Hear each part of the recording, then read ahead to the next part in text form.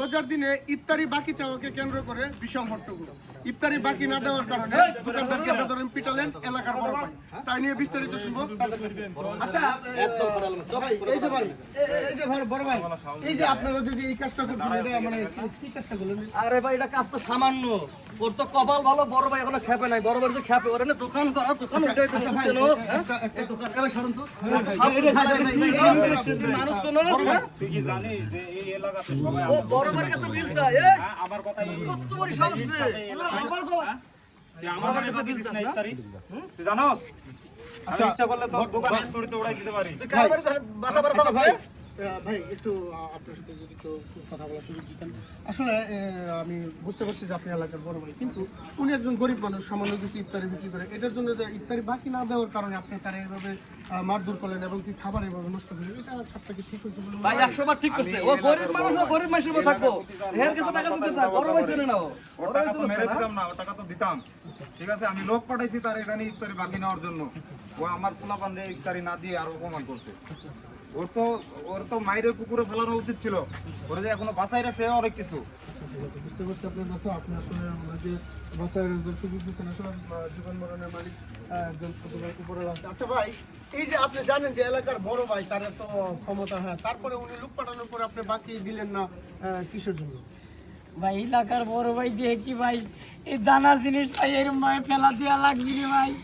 আমরা কি লগত চেয়া দিয়ে আনি না, একটা চা বউনি করিনি, খালি কেবল কইছি যে ভাই এ বউনি হয় নাই, লগত চেয়া ছাড়া দেওয়া যাবে লেখান, আমার তো বউনি করা লাগবি।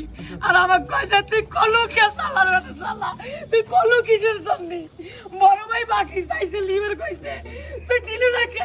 ভাই ওই কইছে ভাই আমার ফটাস ফটাস 3-4টা শহর মারলো, আর শাসাং 4-5টা লাত্তি দিয়ে ভাই এই ইটের মধ্যে বেলা দিল রে ভাই। আমার মাজার হাসি ভাই বেলাইছে ভাই। আমি কি অন্যায় করলাম?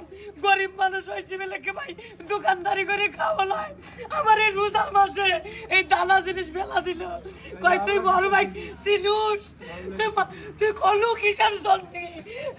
আচ্ছা ভাই, এই যে আপনারা যে সবাই আছেন, এই যে এই বড় ভাই যে ওনার সাথে যেই কাজটা করছে, এই কাজটা কতটুকু মানে ঠিক কাজ করছে একটু যদি বলতেন।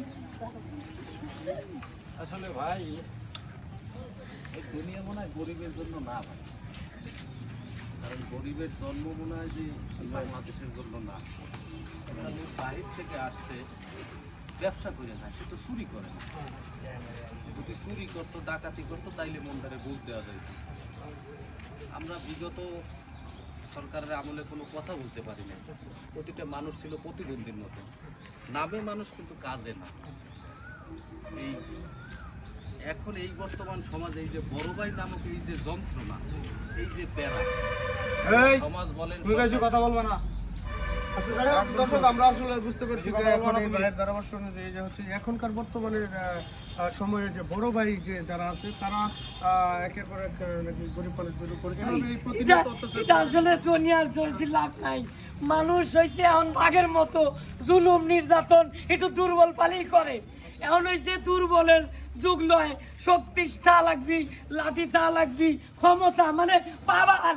আর দুনিয়ায় সবাই জন্ম নিচ্ছে, দুনিয়ার ভুল নয়, ভুল হইলো পাওয়ার।